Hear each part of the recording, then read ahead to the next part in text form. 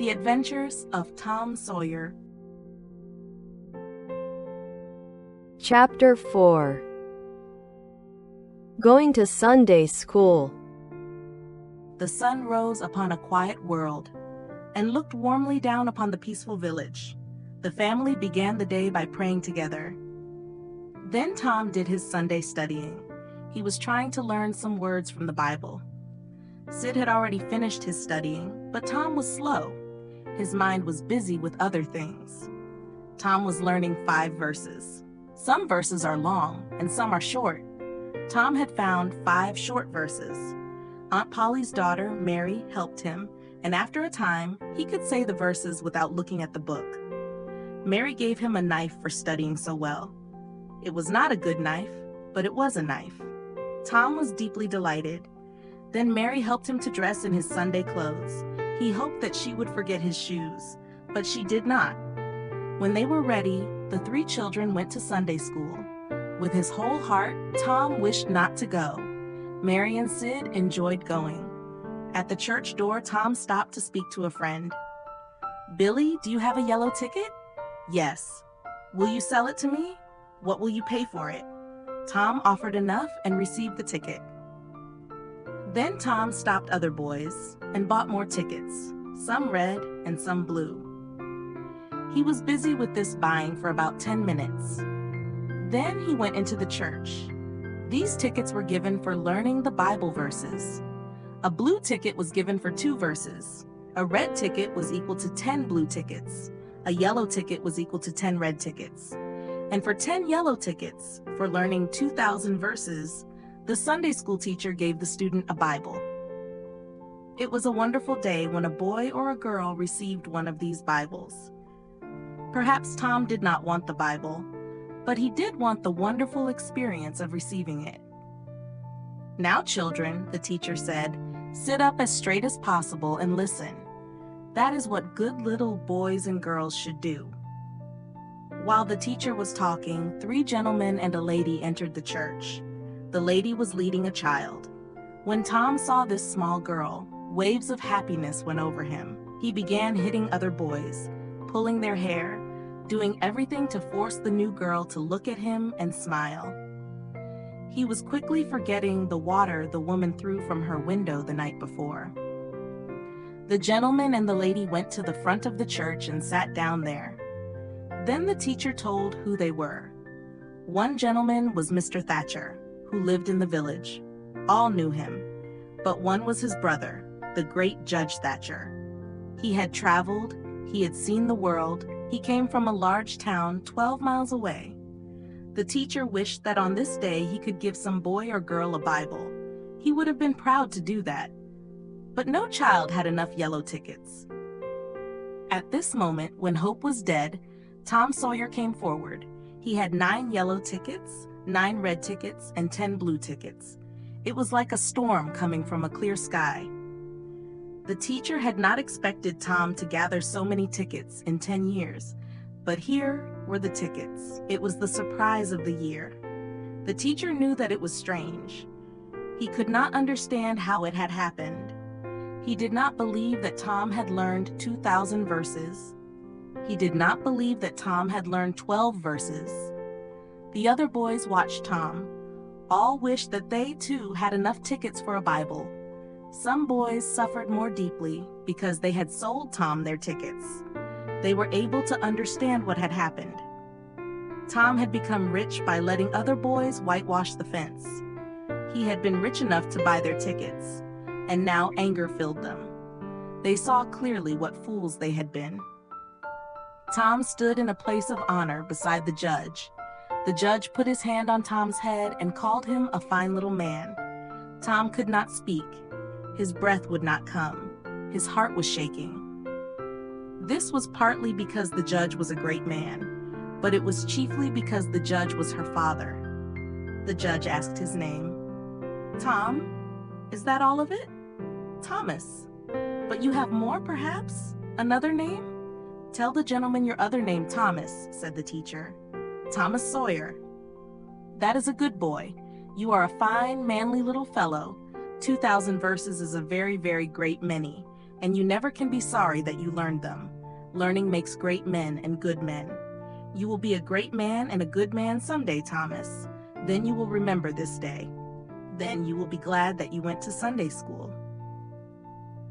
Now, Thomas, tell me and this lady some of what you have learned in your Bible verses. We are proud of little boys who learn. Now, you know the names of the 12 great followers of Jesus Christ. Tell us the names of the first two. Tom's face became red and he looked down at his feet.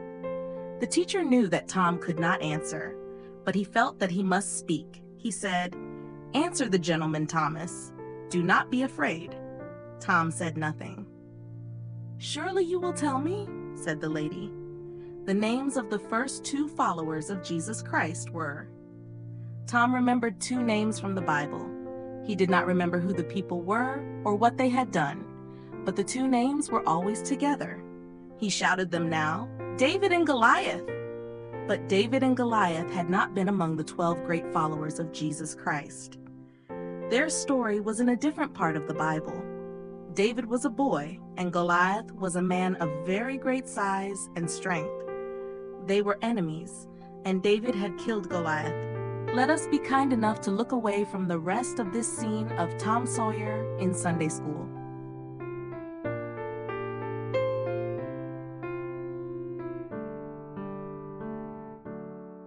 Chapter 5. In church. The bell of the small church began to ring. The people began to gather to hear Mr. Sprague speak to them. Mr. Sprague spoke to them in church every Sunday and prayed with them. The Sunday school children now sat with their fathers and mothers who would try to keep them quiet.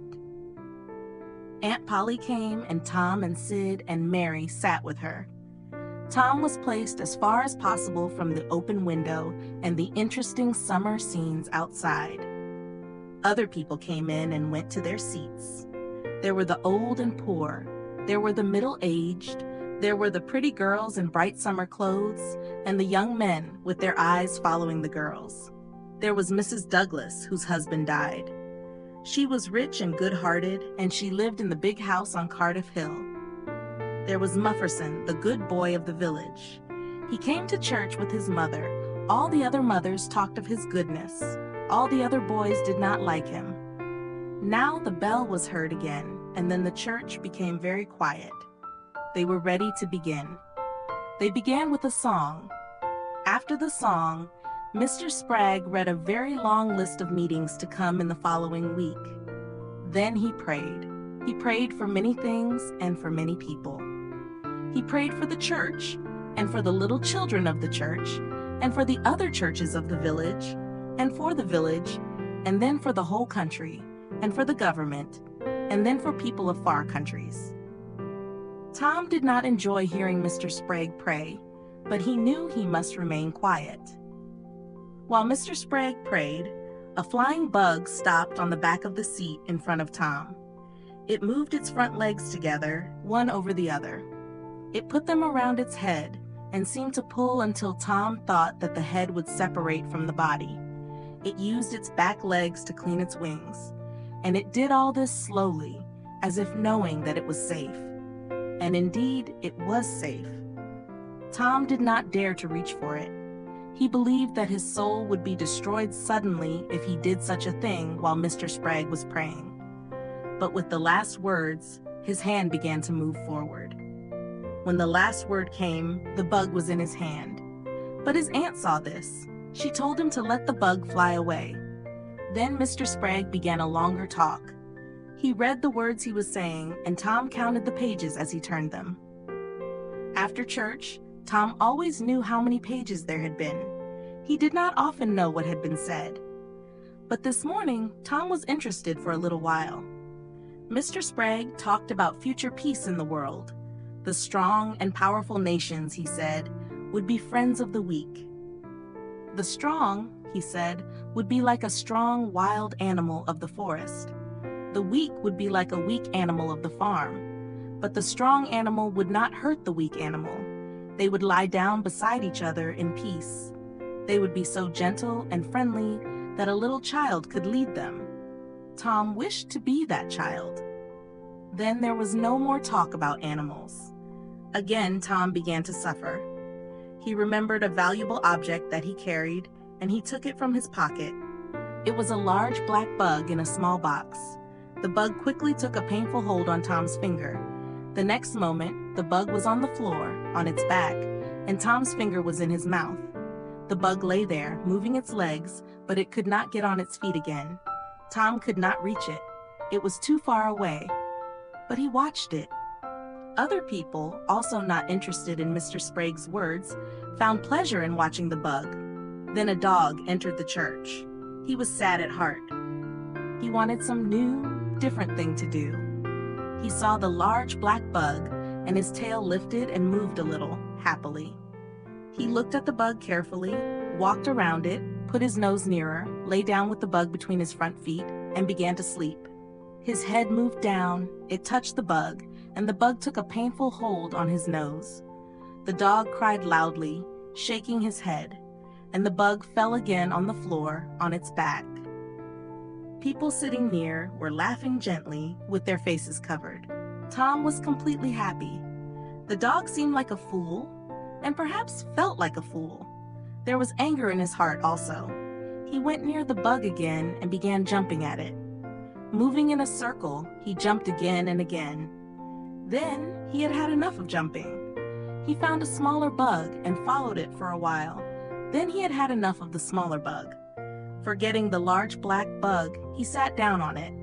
With a wild cry of pain, he went running around the church. The bug kept its hold. The dog ran across the front of the church and across the back. His cries grew louder and louder. Then he jumped into his owner's arms. His owner threw him out a low window. Then slowly the sound of his voice grew softer and was gone as he ran quickly away. Now all the people in the church had red faces and were trying not to laugh. Mr. Sprague had stopped speaking. He began again, but it was not easy for him to continue. Here and there a laugh could be heard. All were glad when it was time to go home. Tom Sawyer went home quite happy. Church was a pleasure when something different happened. There was only one thing that he did not like. He was glad to let the dog play with his bug. But the dog should not have carried it away. Chapter 6. A talk of devils, happy hours. The next morning, Tom was very sad. This was the beginning of another week of slow suffering in school. He usually began this day wishing that there had been no Saturday and no Sunday. Because of them, school seemed more painful to him. He lay in bed, thinking. If he were sick, he could stay home. He thought carefully about all parts of his body, but he could discover no sickness. Then he looked at his foot. His foot had been hurt. He had an idea. He began to cry as if with pain. But Sid in his bed across the room continued to sleep. Tom's voice grew louder. Now he seemed to feel real pain in his foot. No result from Sid. Tom said, "Sid, Sid," and tried shaking him. This time the result was good.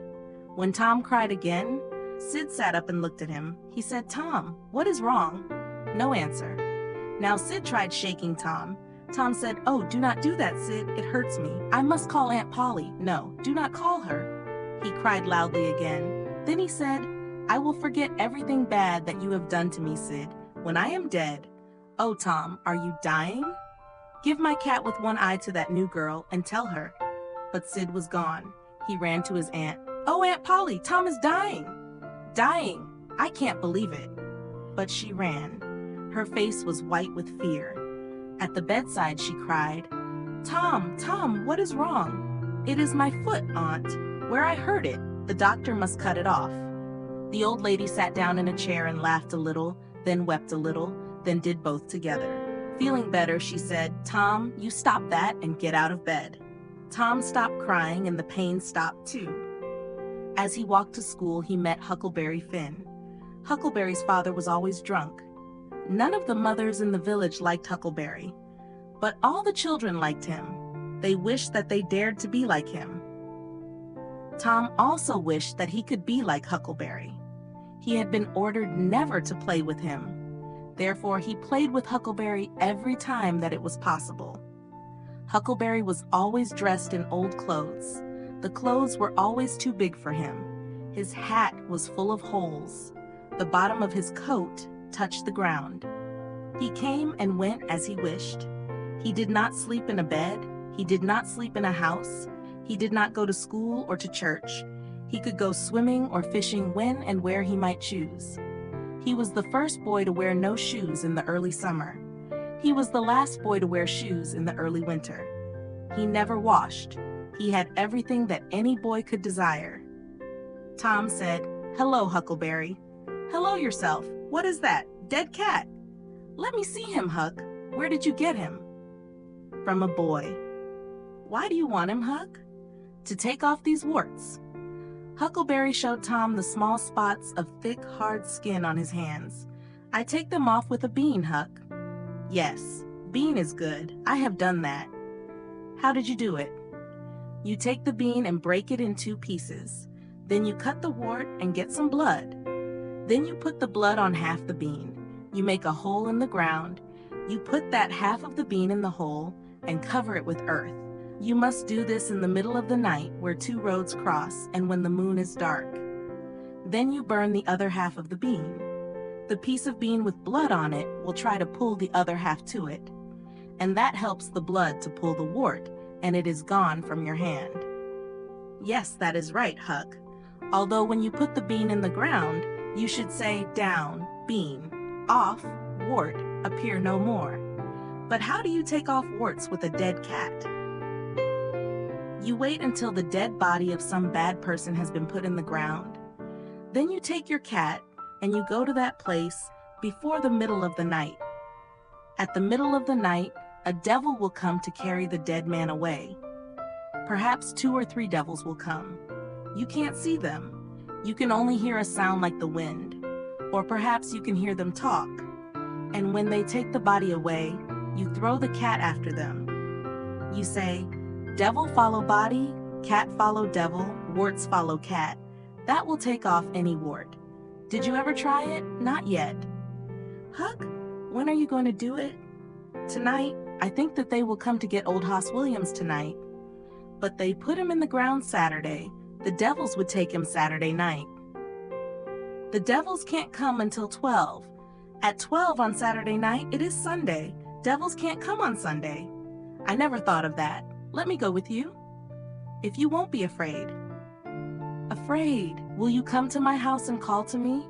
Make a noise like a cat." "Yes, but you answer. Another night I came to your house saying, 'Meow, meow,' like a cat, but you never answered, and your neighbor threw stones at me. Aunt Polly was watching me, but I will meow this time." Tom continued walking to school. He went in quickly and sat in his seat. The teacher looked at him. "Thomas Sawyer." Tom knew that trouble was coming when his whole name was used. "Why are you late again?" Tom looked around the room. He saw the new girl. No girl sat in the seat beside her, and girls sat in all the other seats on the girls' side of the room. He said, "I stopped to talk with Huckleberry Finn." All the children looked at Tom. It was very foolish to say that to a teacher. "Thomas Sawyer, I never heard more surprising words. Take off your coat." The teacher had a supply of thin branches cut from a tree. He used and broke several of these while beating Tom's back. Then he ordered, "Go and sit with the girls." The new girl turned her back toward Tom. Then, after a short time, she turned toward him, and she saw an apple on the table in front of her. She moved it away. Tom gently moved it toward her. She moved it away again. Tom returned it. Then she let it remain where he had placed it. Now Tom began to make a picture on a piece of paper. He held one hand over it while he worked, and she could not see it. She tried to see. He seemed not to notice her interest. Then she said, "Let me see." He showed her. It was a picture of a house. It was not good, but she thought that it was. "It is nice. Now make a man." The man was bigger than the house. "It is beautiful. Now make me." He made a picture of another person. "That is very nice. I wish that I could make pictures. I will teach you at noon. Do you go home to eat? I will stay if you stay." Good. What is your name? Becky Thatcher. What is yours? Oh, I know. It is Thomas Sawyer. That is my name when they beat me. I am Tom when I am good. You call me Tom, will you? Yes. Now Tom began writing something, hiding it with his hand. She asked to see. Oh, it is nothing. You do not want to see it. Yes, I do. You will tell what it is. I promise never to tell. Oh, you do not want to see. I will see. She put her small hand on his, and then Tom let her pull the writing away. She read these words, I love you. Oh, you bad thing. And she hit his hand. But her face showed pleasure. At this moment, the boy felt a hand on his ear and a pull lifting him from the seat. He was returned to his usual seat. The whole school laughed. But although Tom's ear hurt, his heart was joyful.